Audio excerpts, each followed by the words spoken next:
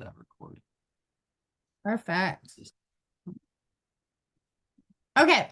Good morning, ladies. Welcome to our second meeting. Tammy and I were just chatting. It's incredible how many people are hearing about it already. We're like, oh, I had no idea. And I know, Carrie, a lot of it is because we're getting ready to do the Weekend Cafe. So we're really excited that people are responding. Tammy and I kind of came up with this just through our chatting. It's not fully fleshed out. We're just really excited about the idea of bringing women together. And we know other women want to have these conversations. So excited to know that word is getting around. Excited to see you guys back here today. Today, I will be hosting and doing my best to facilitate in a structured manner. Tammy's going to be presenting, and our topic today is based on the book, The Big Leap by Gay Hendricks. And I'm going to grab the link to that. Tammy and I have both read this book. Again, it's one I read a couple of years ago and Tammy's read recently, and then I reread and Tammy revisited. So we've had some really great conversations around this, and Tammy's going to talk to us about upper limit problems, zones of genius, and how we take those and we apply them to our lives as entrepreneurs. We're going to do the presentation from Tammy, and then we'll ask questions. I have some questions for her. If you guys have any questions for her, that'll be our time for that. And then, oh, Carrie's read it. Great. It's a good book. Everyone I know recommends it, right? And I'm like, I can't remember why I didn't. What was this book about? So at the end of our questions, we'll get to about 10 o'clock. And then if you want to stay, we have that 10:30 time. I know, Carrie, you mentioned you have to leave at 9:50, but we'll have an open conversation around that for anybody who can stay. So Miss Tammy, would you like to take it away for us? Thank you very much. Wonderful introduction. I'm going to go ahead and put the presentation slides up on the screen here. So I listen to books. I don't read books. I absorb my books through audio, including this one. There's very, very few physical books that I read. I've listened to this book 3 times. It resonated with me so astoundingly, and the first time I read it, I did reach out to Cheyanne, and it was mind-blowing. It changed the trajectory of how I view myself and how I began to grow. So that's why I felt that it was really important to bring it up in this Exploring Entrepreneurship series. It talks about how we can fulfill ourselves. It talks about, being able to recognize self-imposed restrictions, an upper limit. It be able to identify a cycle, that how we can help ourselves in the cycle of fulfillment, whether it's through entrepreneurship, whether it's through our personal, professional, or personal professional life. It deals with everything, not just your entrepreneurship. And I think that's what's incredibly important, to deal with this, or to recognize this. So it talks about something called the upper limit. And the upper limit is, think of it as a thermostat. And when you're in your home and you want your thermostat set to 22 degrees, whatever, and your furnace says, okay, it's 22 degrees, we're going to stop going that high or that cold, whatever it is, it's going to, want to maintain it around that 22 degree. Well, how that works in our personal life is when we start to feel success and we have some sort of limit that has been set, when we get beyond that limit, then something's going to happen to obstruct, to sabotage, to stop us from going beyond whatever the thermostat has been set to. And what's important to recognize is that that thermostat was set probably when we were young. A lot of these issues aren't something that is just, ooh, I'm not going to make more than X amount of dollars a year. And ultimately, when you get to say that amount, or you grow an email list to a certain amount, or you start doing your Facebook shout outs, and then you get the response and overwhelmed, and you're going to do something that's going to stop us from wanting to go beyond that fear. So how do we find that inner fear is the next strategy. And the reason why those fears exist, as Gay Hendricks explains, is for a variety of reasons. And this first one, for me, was incredibly eye-opening. The fear of outshining. I personally, because of my childhood, because I had an older brother who I could not be better than, I can never be better than that person. And I could recognize when I really sat down and thought about how that kind of training when I was a younger child really affects how how the business trajectory continues now. That was pivotal for me. I can see myself in these other um, experiences as well. But for me personally, that was the one that really resonated. I know everybody's a little bit different. Some will resonate higher, some may not resonate at all. But I think it's really important to recognize that, your fear of outshining, whether directly or indirectly, you're not allowed to surpass something. The fear about beliefs of success and worthiness. Are we allowed to be successful? Why or why not are we allowed to be successful? These beliefs can be a barrier, and we have to be able to embrace success, and that can be a difficult obstacle. The fear of being a burden. You know, one time I took care of my elder mother, and she fell out of bed at 4 o'clock in the morning, and she stayed on that floor until 5:30 till she knew that I woke up so that I could help her off the floor. I was livid. Like, Mom, how could you stay there? And she said, Well, I didn't want to be a burden. I didn't want to wake you up. I know you're busy. And that I recognize I do that now too. Maybe not to that degree, but it's a lifelong learned, that can be, whether it's in your business life or in your personal life, it's definitely something. Guilt and self-sabotage. Why do we want to self-sabotage? It's a subconscious undermining of our own achievements. And again, it takes a lot of self-reflection to be able to understand these. The difficulty of handling change. I just saw Rick Mercer yesterday, and he talked about how difficult it is to handle change, and whether it's the change of naming something from Sir John A. Macdonald. That's what he used. He grew up in Newfoundland. He went to Sir John A. Macdonald's school. He lived on Sir John A. Macdonald Street. Ryerson had the whatever Ryerson it's called now. I apologize. They had like that has all changed, and it's difficult to accept that. How we do that, that's going to be a personal um, process that we're definitely going to have to take. Identity issues. How do you identify yourself? Who identified you? Was it you who were able to set your own pace, or was the level of a sibling, like, are you the youngest, the middle, the oldest? Do you have siblings? That all kind of outlines how we identify ourselves, and it definitely falls into how we act as an entrepreneur. The lack of self-love and self-care. It's so easy to not recognize how not nice we are to ourselves. So that's a lot of negative terminology, but that's what it really comes down to. And, like, are you less likely to feel deserving or success and happiness if you hit to a certain level where I'm only allowed to be this good? What will happen for you to self-sabotage so that you maybe can't go past that level? Um, he Hendricks identifies these and really challenges the reader to identify what you resonate with. And I recognize that too, because it's not all going to be at the same level. And the reason why we want to identify these feelings is so that we can operate within the optimal zone. So he does talk about the zone of genius, and he identifies 4 zones. He identifies the zone of incompetence, the zone of competence, the zone of excellence, and the zone of genius. So the zone of incompetence is where you can't do it. You try, you fumble through, and it's just not going to happen.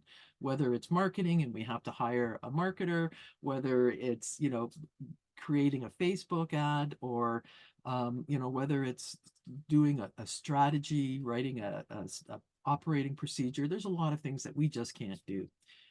If we do them, we will not move ahead at all. Then there's the zone of competence. You can do it, but should you do it?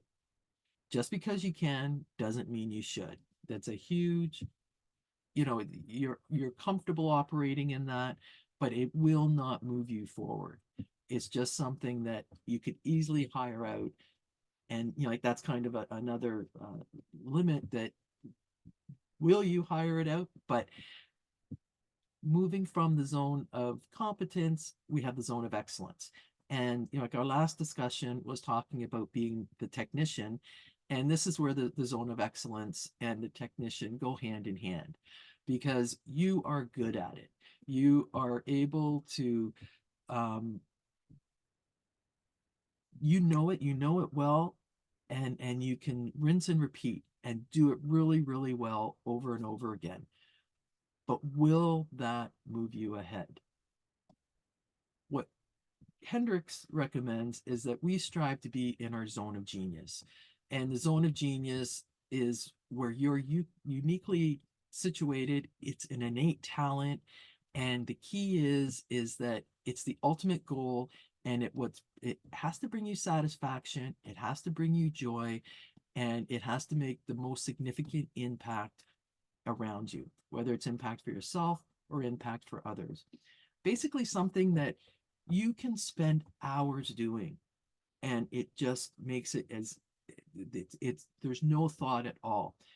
It gives you, it's your drive, and it what moves your business forward. Operating in your zone of excellence won't necessarily move your business forward.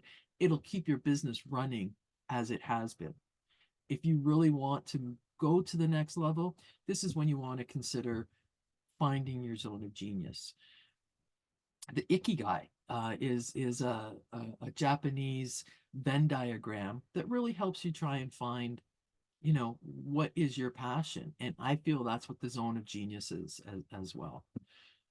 Excuse me. The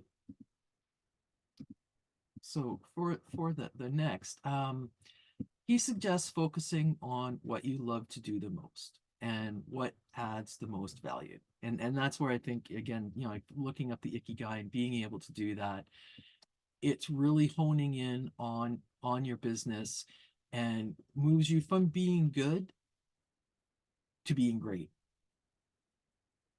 It's important for us to recognize sometimes you're going to have to operate in the zone of incompetence, in the zone of competence, in the zone of genius, and in the zone of excellence. Like we can't stay in one zone. There's definitely we have to learn, and when you begin to learn, you might not be able to do it. Like you can actually see yourself going through these different zones, and that's important to recognize as well, that it's impossible, in my opinion. And Cheyanne had this discussion with me as well, that yes, it's great to want to be in the zone of genius, but realistically, as solopreneurs, it's not going to keep the whole business on a balanced level.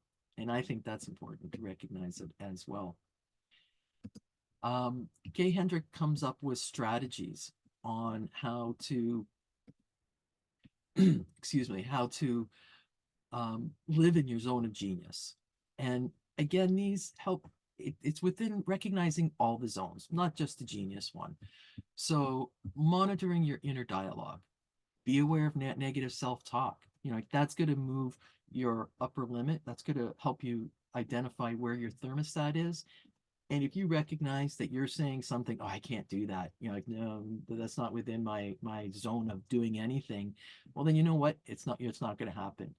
And it's really important to be kind to yourself. Recognize an upper limit behavior and recognize that, oh my goodness, I'm not, I wanted to send out a bi-weekly newsletter, but I'm not. Why? Is that a limiting behavior? Using affirmations. I'm going to, like suggest a few affirmations at the end, but it's really important. And this goes with self-talk. Have something that you can routinely address that is uniquely positive, and moving for you. And it's got to be an individual flavor about it. Breathing techniques. I'm just coming off pneumonia, and one of the doctors actually told me was focus on square breathing. You know, you start in one corner, you breathe in for 3 seconds, you go up to the next corner, you hold it for 3 seconds, you go to the next corner, you release it for 3 seconds, you go down to the next corner, and you hold again for 3 seconds. And you just keep doing that. I found that not only helped when I was difficulty in because of a physical action, but if I started to get nervous, I use that technique, and you know what? It actually worked. It's crazy how, something that physically and psychologically they have the same impact on us. And I think that's really important. Committing to your zone of genius is identify what you love to do, what you love to do at best, and committing to spend time on it and to hone your skills and be able to move in that area. Setting an ultimate success mantra. I'm going to share at the end of the presentation what Gay Hendricks has identified as his ultimate success mantra. And I have it actually listed in my car. I do look at it still to this day. And it goes with your personal mantra as well, and just identifying what really the self-talk being nice to yourself. Questioning any underlying fears. Do you have something that maybe isn't really a fear? Like a fear is only a fear because you haven't done it. Once you've done it, it's no longer a fear. It's a challenge at that point. And I think being able to move forward those fears is pretty darn important. Focusing on the bigger picture is huge. We can't stay motivated, and we can't push through if we don't know what we want to get at the end. Like it's important to know what your trip from A to B is, but what's B to C? So like we want to make sure with B, we want to know where our final ending is going to be so that we can use that path. But you got to remember you want to be flexible, so, and that is important as well. Commitment to continuous learning and growth. That's why you're here at this presentation. That's why we have the We Can community to be able to, enter as many opportunities to learn and to grow. And once you feel that you don't need to grow anymore, that's when you've hit an upper limit, and you're going to have to really identify why you have that feeling. And the final one is seeking support. And I think this is ultimately the most important one. Be with the people you want to become. If you look at the four people who you spend most time with, and you like the way they look, and they inspire you, and they encourage you, then that's what you're going to portray. If those people are not encouraging and are not supportive, then you're not going to have that supportive power. So it's really important to recognize who you've brought with you and who you want to become.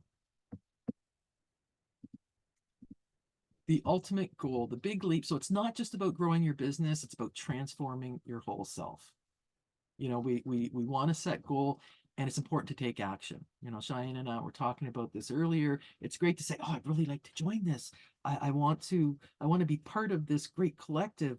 But what are you doing to be part of that? Are you bringing something, or are you just sitting back and hoping that something will happen? It's really important to take action.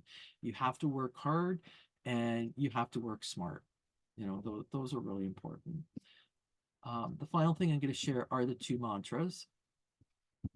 And the one is the ultimate goal that Gay Hendricks has identified. And it's, I expand in abundance, success, and love every day as I inspire others to do the same around me. I think the inspire the others is such an important part of this. It's not just about you growing. I play hockey, and I'm a very novice player still. And I play with two players who are incredibly good, and they do all they can to help me be better and to help other members on the team be better. And we just won our C Division championship. Yay. And I was able to watch them pass the puck so someone else could score. And they were more happy when that other person scored than when they scored as well, because they're helping that person achieve their goal. I think that's a really important part of recognizing who we are in this journey. My personal mantra that I have been cognizant of for the last 3 years after I read Believe It by Jamie Lee Curma is, um, I don't chase, I attract. What belongs to me will simply find me. I think that's important to recognize if they're not worthy of you, don't go down that road. It's really something to be true to yourself and to find what goal you want to achieve and to have the courage to undertake it. And I encourage everyone to consume this book and to really be able to deep dive and discuss and feel and move forward and grow with how you might want to take your big leap. And that's it for my presentation. Thank you very much. Thank you, Tammy. There's so much in there. I know you and I have had quite a few conversations about this, and ironically, I actually get angry about this book. So we'll open up to, does anybody have any questions for Tammy? I have a couple of questions so she can help us go in a little deeper. If you guys have any questions, feel free to just type up however you want to share that. The one thing I want to share really quickly, I read this book. It was quite a few years ago, probably like 8 years ago. Like I mentioned, I got really angry about it. And recently I came back to another book that was talking about healing childhood trauma, which is not where I thought this would go. But when I read that book, I'm just gonna do that. If you can see this chart here, it's actually talking about the physiological experience of an upper limit. And I went, oh, you're kidding me. So this is actually what happens when we have some kind of trauma. Our nervous system gets set to a specific range. That right there is the scientific evidence of our upper limits. So when I started looking at it through that lens, I was like, yeah, it's 100% accurate. It's not vague. It's very, very true that this stuff is really happening. So Tammy, will you talk to us about that upper limit problem and the zone of genius and how it specifically applies to us as women entrepreneurs and your own strategies you've used to help break through some of your own upper limits? Yeah, I think that they have to be looked at in combination. And just like your chart said, like there are physiological reasons why we have that upper limit. Personally, I surround myself with people who inspire me and who I want to be part of. I continue learning as much as I can. I try and consume as much as I can. I keep my mind open, and I try and receive and ask for advice and how other people view me, because I know I don't always see myself the way others see me. And whether for positive or for negative, I hope that I'm able to contextualize that information and use it to get to a limit that, or to get to a zone that helps me move forward. Um, I think the most important thing I learned early in my journey as being a female entrepreneur, we're putting ourselves on the line. It's an incredibly personal journey, and you are vulnerable. You're, like it's personal. It's you, and it's not just a business, but it's definitely a part of who you are. And you cannot grow your business without growing yourself. That's such a quote. That's a soundbite right there. You cannot grow your business without growing yourself. That's beautiful. Totally true. It is so incredibly vulnerable to be in business. You have to be visible. You have to really claim your own frameworks. There's so much ownership you have to be comfortable with. And I agree with you completely. Being open to the perspective other people have about you, that's had a huge impact on me as well. The weekend community specifically, going in there 5 years ago. Carrie, I still have the first picture with holding up a mug from like in the middle of the very start of the pandemic. And I look at that version of myself and I'm a completely different person to who I am today. And a lot of it's been because of the way the weekend community has reflected how they see me. It combats kind of internal narratives, right? It helps you grow as a person past the limitations of your immediate family or whatever role you were kind of placed into. 100%. That's a huge one. Can you tell us how self-sabotage might look in our business? Like, what are those moments where you're like, this is what's happening right here, and how to overcome those moments? Yeah, it's so easy when um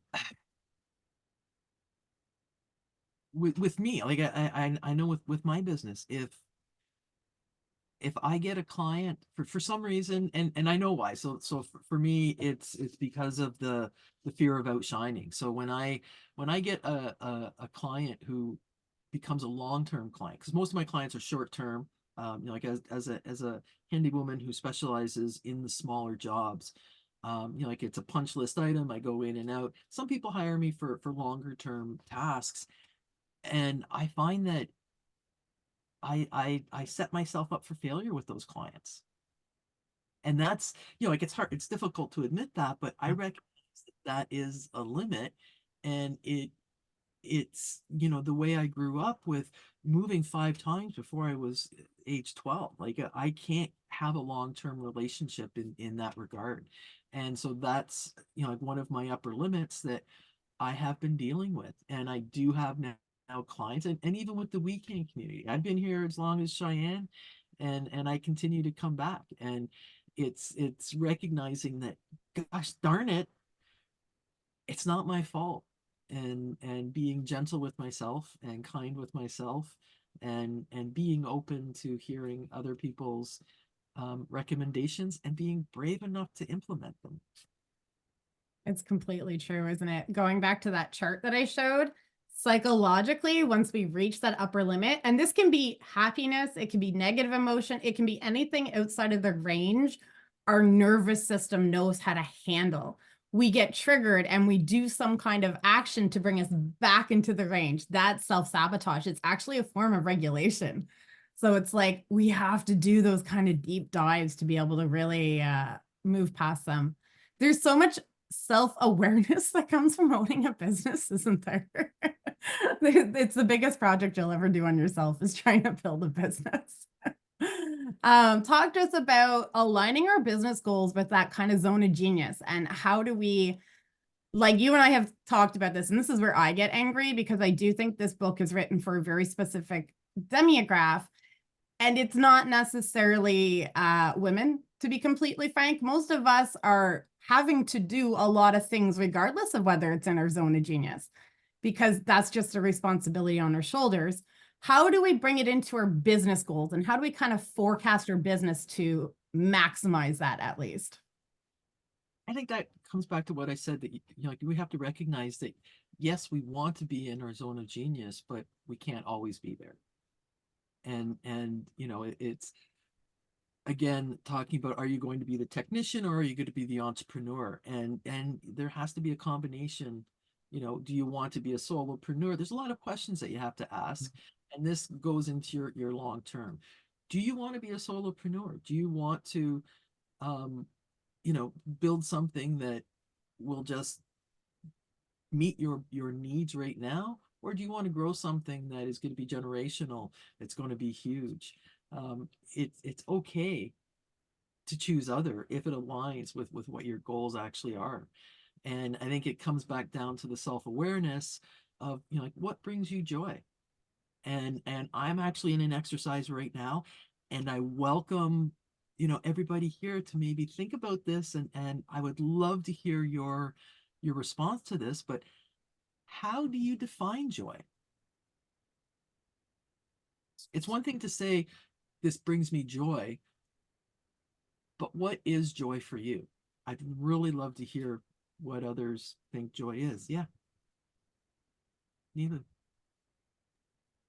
So it is really, again, very useful information, and it's a useful and more connected me and my whole through life from one country to another country. And I just would like to give you answer for this question first. Is connection. Is connection, connection, and connection. So connection and truth, connection. And when you make connection, build more trust. And I feel if I see joy in others' eye, then I feel joy in myself. So it's not a selling a product again. It's end of the road. I feel, yo, means because I grown up a very small community, only 5 to 7,000 people in India, and but I born in big community. So my grandma was there, but my dad, where he worked, there's a mines, so very small community. So I gain a lot of things from this community, and still those memory. Even we all our some are in India, some are in Australia, some are in Canada, California, whatever, in all over this world. But we feel, oh my God, when we were in the school, we had this fun. So we called a golden period. Everybody, like every of my classmates, we feel the same. It's a money matters, but end of the day, when you go to bed, is aha moment is came in, stuck your mind, like click in your mind. Then you feel my days was very good. So I will start my day the same which one I felt today. Things happen, but we have to work on. So I never worked because my dad was used to work in mines, so never had a business background. Then I have done my PhD in industrial geography, economic geography, and then coming to Canada, then GIS courses, computer mapping program. So I was looking for a job. When I moved to Guelph, from Toronto to Guelph, I attended a multicultural festival first day. I said, oh my gosh. She said, good, really? Because I love minerals. I love crystals. I love woods. I thought, oh my God, this is really, because it's not a you studied, but you have to transform your energy from like the same area, but start something, build something. I think my husband's background is totally business background. He coming from, so I thought I learned. I means I was just like a baby, still I'm baby in the same area. So I feel okay. Next year, next time when they do multicultural festival, I will develop something. So I start my clothing, jewelry, and leather business 12 years ago.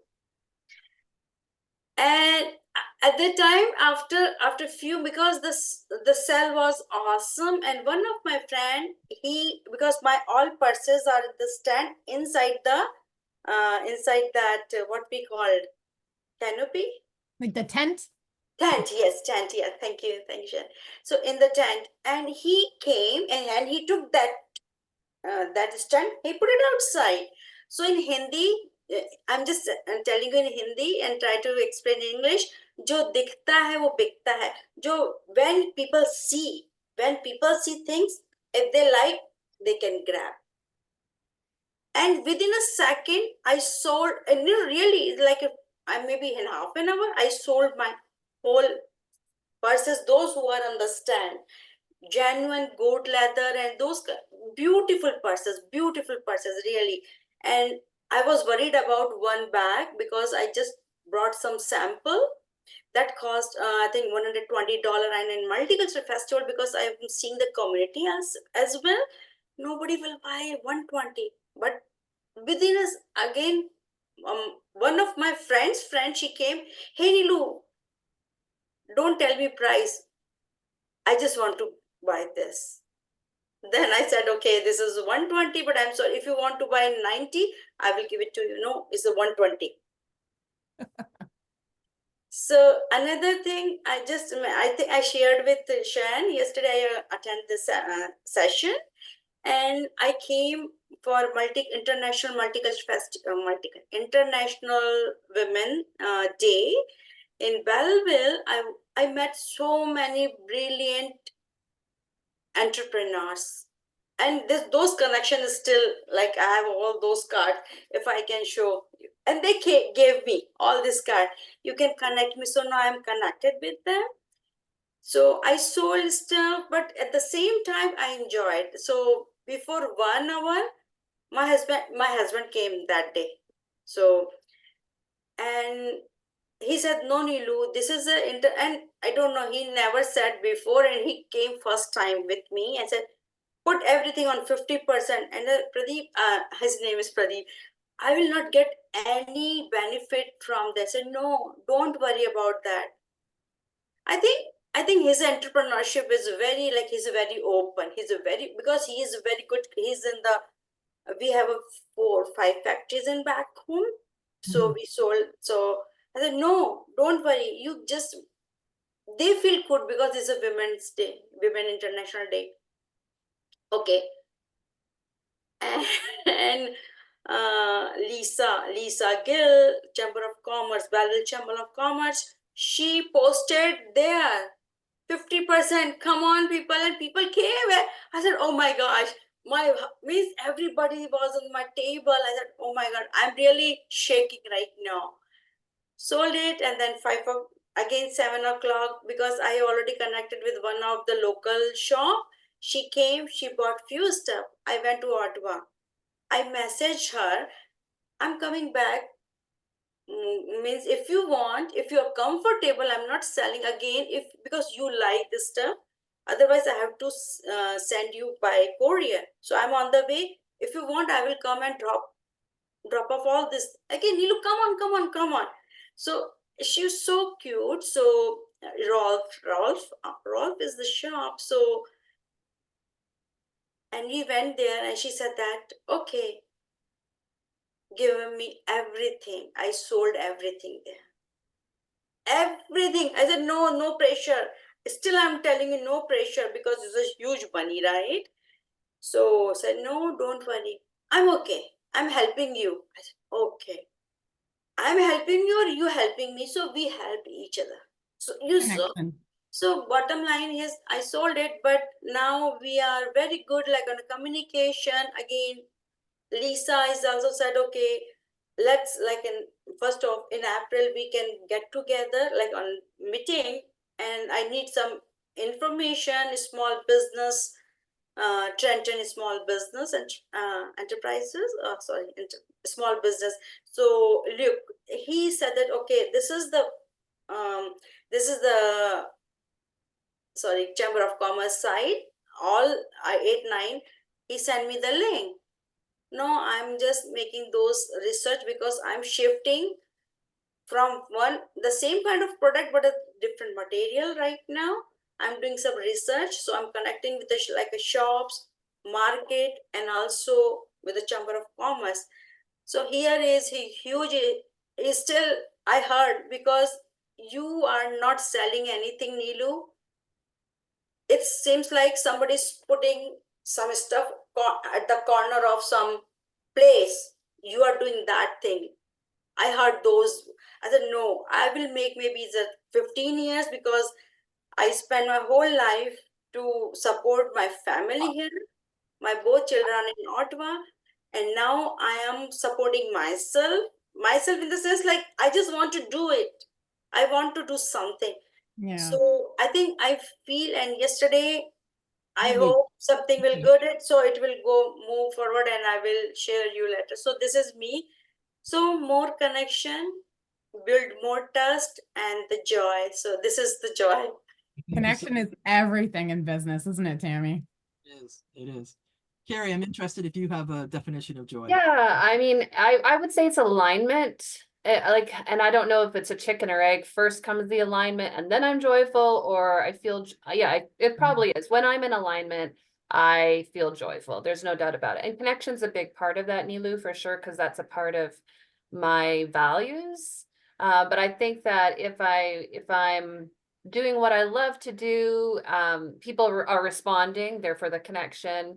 And I know that in the bigger picture, what I'm doing is meaningful also. I think that that's what brings me joy for sure. Yeah, that lights me up. That's wonderful. Cheyanne? Mine goes in the same line, which does not surprise me. It's about self-expression. When I feel, that's why authenticity is really my thing, but it's alignment, right? And again, for me, alignment is about connection, because I like doing business, but what I really like is being able to genuinely help other people, genuinely help other businesses grow. It's really about, it's not transactional, although that's a point of it, being able to show up in a way that creates genuine connection and balance that with business it's everything, and it just lights me up. What about you, Tammy? What's your joy? Mine's actually, I think I took that question a little bit less broad and a little bit more, like, what brings me joy is when I don't have to think about what I'm doing. When it just comes so natural that it's it just happens. I think that is joyful for me if it doesn't take a lot of mental capacity. Yeah, I think that comes to alignment and authenticity and self-expression, right? When you feel like it's a perfect fit, like this is you. You're not trying to force yourself into a role. You're not trying to conceptualize what you should be doing. You genuinely can just flow into it and get into the work and dive deep. Oh, it's such a beautiful thing. Cheyanne, is yesterday you just mentioned the coffee shop, and I loved it. So like a branding. So branding, but here is when we call like Joy, the person who owned the coffee shop, right? So people they bring talk in the morning at the coffee shop, and I loved it, and especially in small community. Yes.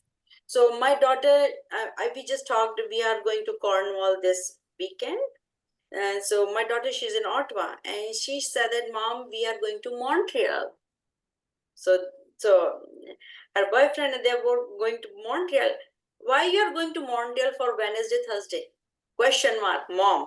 Always why? Mom, nothing new. We just go outside in the patio in the small community, have a coffee. I thought, wow, this is me.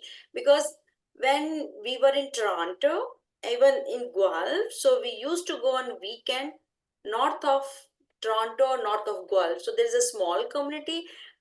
You again, Tim's is good. On the way, fine. On road is good. But if you explore this small community, you have to know. And when you sit in the small coffee shop or cafe or whatever bakery, and really I'm enjoying this part a lot. Yeah, that's why you know the culture, what is actually going in the community, and I think this is the best way to bring positive outcome. Yeah.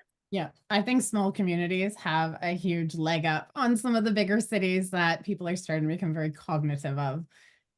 Because I have a good experience in, I study GIS at Ryerson. Again, the name is changed, sorry for that. So I was in Scarborough, North York, and now in Guelph. So I Yeah. saw whole picture, and when I was in Guelph and then Belleville area, because I used to work there. So yeah, so I have a good experience. Change of experiences with that. Miss Tammy, what else do you have to offer us? I think that it's, my biggest thing is don't stop asking questions. Because once you get the answer that you're looking for, it should lead to another more informed question.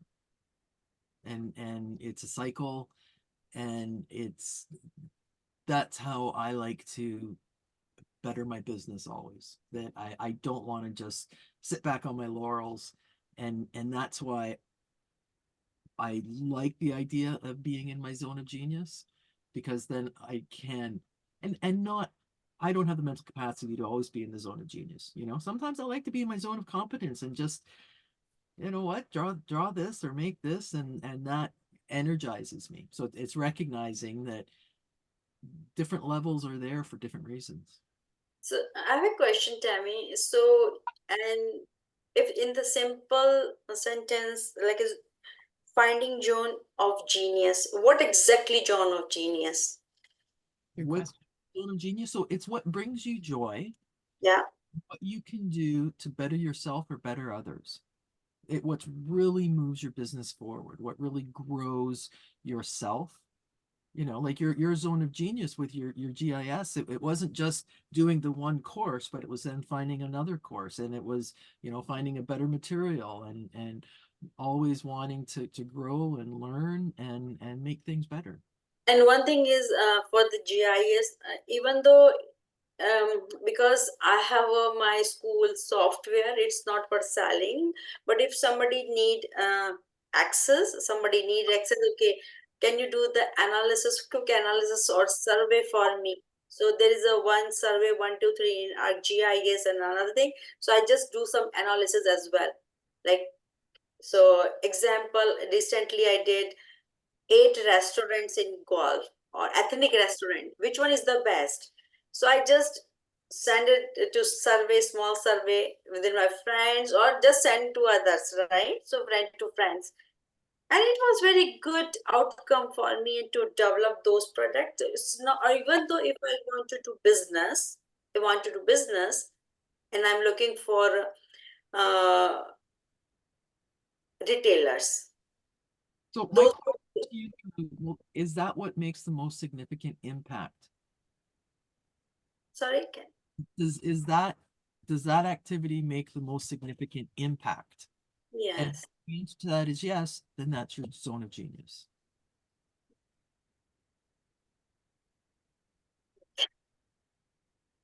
I think a lot of it comes down to, is this something someone else could do as well as you? Then it's one of the other zones. If it's something that it would be very difficult to find someone else who could do it on the level that you do, with the enthusiasm and passion that you do, that's your zone of genius. And that's the place to try and prioritize your time as much as possible. Not that it's realistic, and I get very angry about this concept a lot. Yeah, because I feel nowadays my last, yes, I was working, so I was doing like lots of data analysis work in GIS, and I think I'm not sure what is the exact gap. I'm good with people. One is good with people, and I'm very true. I'm very truth. Like, I don't want to manipulate things. What I know, I know. I want to learn. So just Tammy mentioned, learn, continuing education. Still, I'm learning. So, but finding a job in my field, whatever skills I have, it is very difficult. It is not easy. So yeah, I was just not completed my CPA. No, there's a lots of things. So only but I did 16 like 12 courses, 4 courses, and then my husband is so angry. I said, "Why you did not finish?" I said, "No, this is not me. My 2 kids. You are also kid. Home is also kid. So it is very it's difficult for me." I think that's excuse came, and I think yeah, things happening. So I thought then I feel no, I think I'm really enjoying meeting people. What exactly this community needs? I just want to find out, and I know maybe because I just I'm good with the digital marketing as well, but never step in. No, I think little bit fear. Mm. No, this is not me. No, I just want to talk and give something to another person. That person need this thing, tangible or intangible things, right? So I feel no, I think I want to do this, and I think my leather purse, and then I'm just transition to another like some bio disposable product, and I'm exploring things right now. So I never stopped myself thinking. Everybody saying you have good because you both children are settled, your husband is doing, and what I'm doing, what I am doing, I need my identity. So Uh, no, this is because I'm giving. Again, my mom and dad, they needed me for 8 years, back and forth, India here. So I know I did not work full time, but I think I did full time work. You were But working the entire time. Identity is one of those pieces. And I think this is why so many women, when we go into entrepreneurships, we do hit upper limits because women traditionally orient themselves around serving the goals and needs and desires of others. That's how we've established, you know, our access to resources and our safety. So to become an entrepreneur, you suddenly have to take a stand for your own goals and desires and needs. And a lot of us, very quickly within the first year, you can almost trace the trajectory. You know, it's like, okay, after 6 months, they're about to hit that upper limit where they're like, well, who am I to do this? Or, you know, this is the moment it starts to succeed is the moment it feels uncomfortable. The challenge is easy when you're developing something to serve someone. You're like, oh, I got this, and you're full steam ahead. And then the moment money starts to come in or accolades start to come in, you're going, what am I doing? And it's that upper limit because as women, we're so used to being behind the scenes and we're used to just working and working and working to help other people move forward. So much of that is an upper limit. And it's that there is an ownership that I love around entrepreneurship for women, where it's more than just about accumulating wealth. It's about women claiming a space unapologetically in the economy, in the world. And that's something we've so traditionally done in association with a partner or something along those lines. I am not one of my 3 kids' moms here. I am just Cheyanne of CO marketing, right? And for us to be comfortable with going into business and seeing it grow and be successful, we have to address those upper limits. It happens so frequently, eh, Tammy? Absolutely. Yeah, I couldn't agree more with that. I think the other piece, this is where I get angry about the big leap, and Tammy and I have talked about this, where when I read that book about 10 years ago, I was incredibly low income. I had 3 young children. I had 3 kids in 4 years. I had a partner who was doing what he was doing. And I had a lot on my shoulders. And to read a book to tell me, you need to be in your zone of genius, I went, excuse you? I need to go wash the dishes. That's what I need to do today. And I think it's really important for us to recognize a book like that is written for people who already have good financial stability.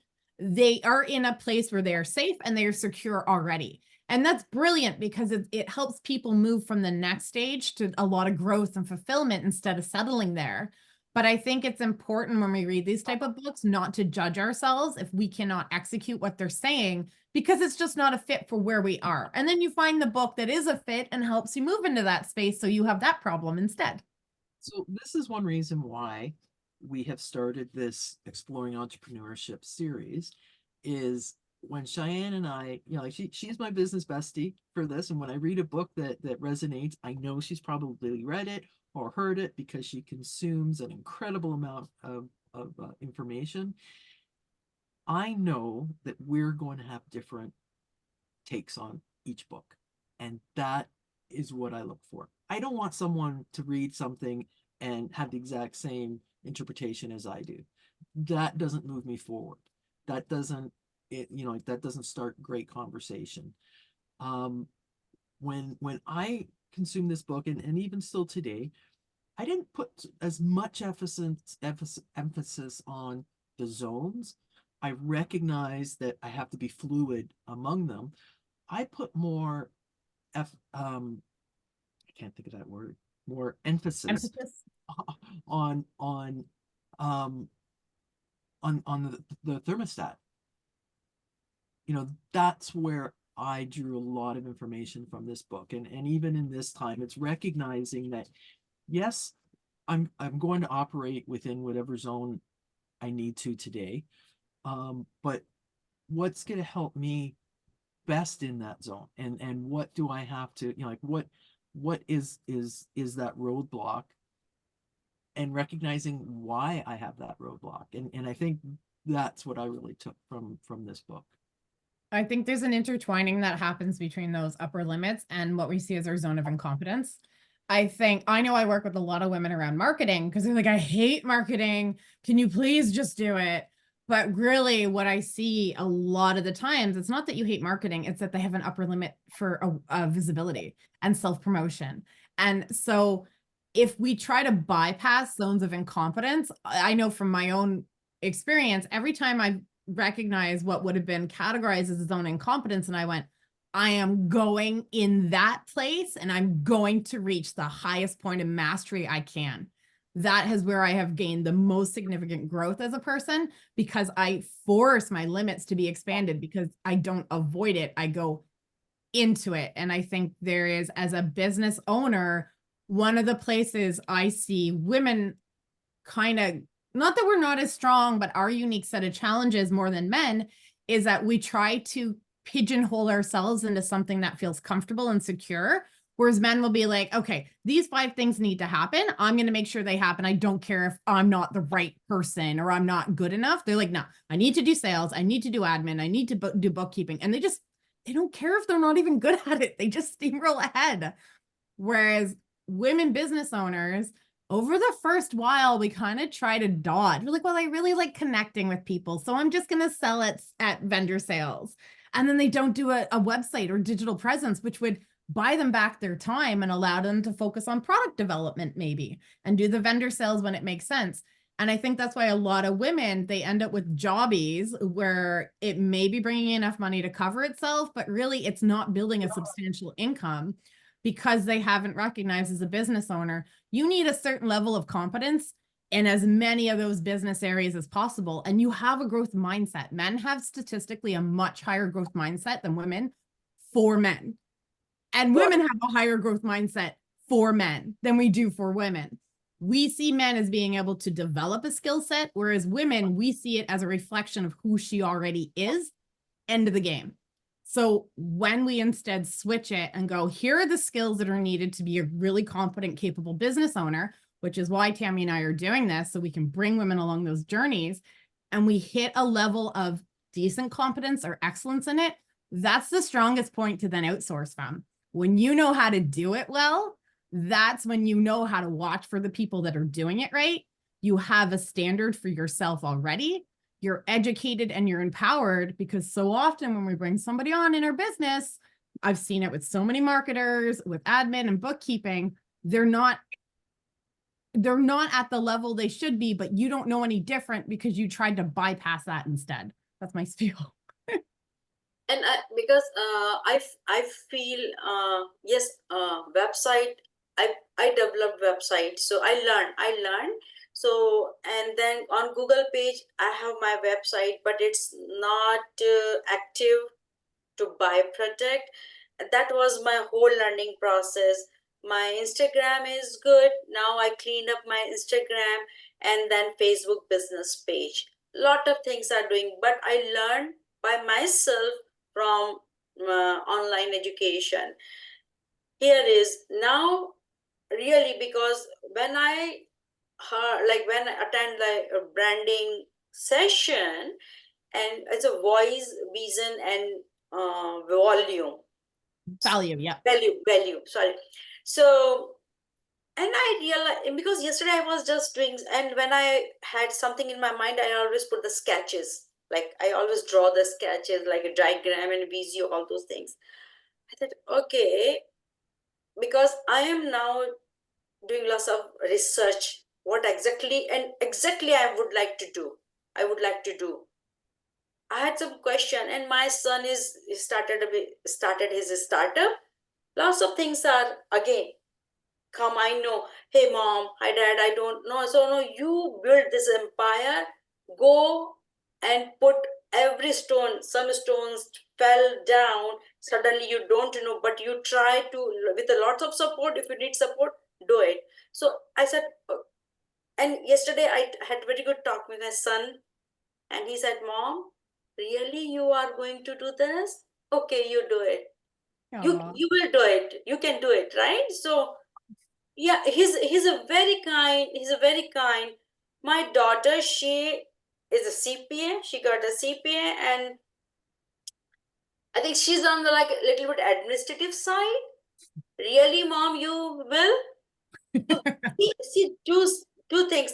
Yes, but she's very like straightforward. Means, mom, this is the consequences. This is not. My son is like me, very emotional side, but my Mm. daughter, she's very administrative side. So I have a two support. I just want to see the real world and actual things. So now I feel okay, really, what I'm doing research. Now I have a connection, I have a place to bring. So I just want to do like a good website. So really, I would like to hire someone and make this good website. And then my LinkedIn, yes, LinkedIn and also Instagram and also Facebook. Everything is connected, and then I think systematic way. Before I did know, I go everywhere. Like I went everywhere. So now I'm learning through all this session, and it is really end of the day. I feel maybe it's my 54 or 53 year whatever age is this. I'm 25 right now. Yeah, so I have that energy, and this energy came from my grandma. She, Aw. she had a 17 room in her house. Mm. 17, we call Haveli, like a fort, right, in India. So, but she has a small, big room, and she had 4 room upstairs for her. But what I realized that she's not bachelor's, master's, PhD, whatever, but she keep everything logged in her mind with a calculation, hand calculation at that time. I think, and I asked my grandma, how you did this one? I said, she that I'm very confident and very true with my, like those who I gave this rented place. So I'm very open. Mistakes happen. So I learned from those things. Now I things came in my mind. I learned from these things.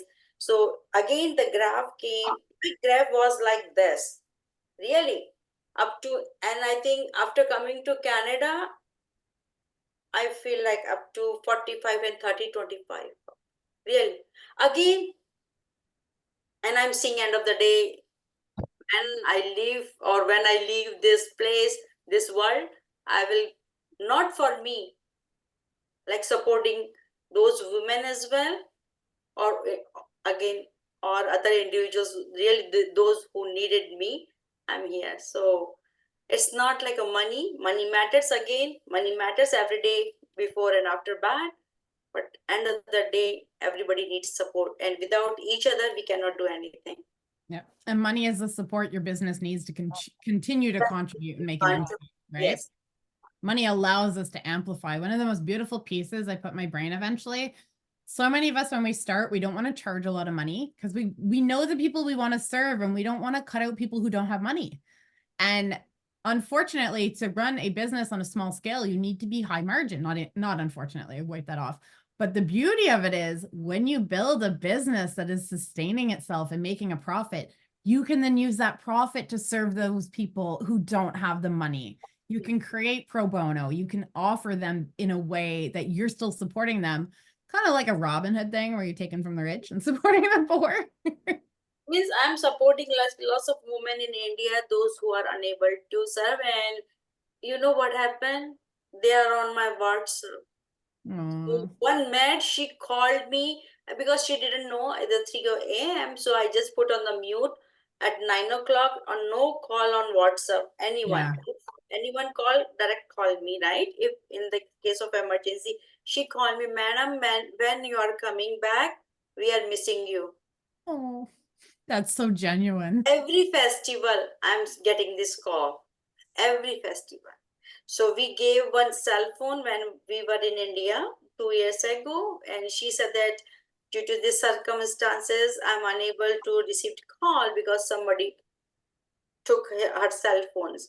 I said, okay. So we bought a cell phone and gave it to her. Right? So The power that we have when we put money in our pocket and in our bank account, that incredible energy women have of wanting to contribute, to nurture, and to lift other people up, it gives us the power to do that and to make our own decisions and choices and how we do that. We don't have to ask. We get to execute from our own visions, which Yeah, I love that's what it's all about, right? The power of being a business owner. And last one thing, because I said that, okay, whatever we are giving you, it's not giving you, not giving you. You have to learn, you have to educate yourself. So this is the book you have to write down, and there's an on phone. There's an app, Biblio app. So I just downloaded at the time. You can learn, click and learn. So she communicate now. She start like learning in Hindi. Aw. In English, few words, few sentences. So we had good fun. So it was bottom line, yeah. So supporting and feel like a joy again in others' eyes. Really, I feel okay. Thank you, God. And it's funny how investing in ourselves and being at the point where we do what we need to do to get past those upper limits and to move more into our zone of genius, making those choices, it really becomes a channel of a way to give back to other people. That's a woman thing, if ever there was one, right? Thank you. I think I'm good right now. Tammy, any last thoughts for us? I think that's it. It was a great conversation. Thank you very much. Thank you.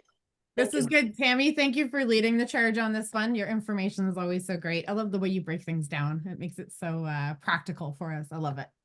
And because I'm new in this world in the sense this world, so and I'm just trying to push myself. Nilu, you start reading again because you're not good read. Not you're good reader, but you're not reading anything. This is and there's no excuse because I'm making excuse. Then you have to make excuse, right? So if you can share, okay, I just found this book, and last time you just mentioned another book as well in very simple English. So I just want to read, especially on women entrepreneurship or build the strength. Yeah. So I just, if you share with me or with us, maybe email, whatever you feel. I think we're going to start an email list here. Tammy and I were talking about that, and then we'll be able to communicate that type of stuff. We'll send links to the books we're talking about and all that. And also some like, this Tammy mentioned that like if I have the same idea, maybe another has the same idea, or maybe conclusion of the about that book. So maybe 5 to 10 minutes discuss exactly what is the book is saying, so people can share their what That's they a good idea. learned Very from. good idea. Yeah, as we get that email list built out, what we'll be able to do is to send you guys the book we're going to be talking about the next time. So And then everyone will have their minds primed. That's a great idea. Thank you, Nilu. more brainstorming, more ideas. Love it. Thank you very much. Appreciate that feedback.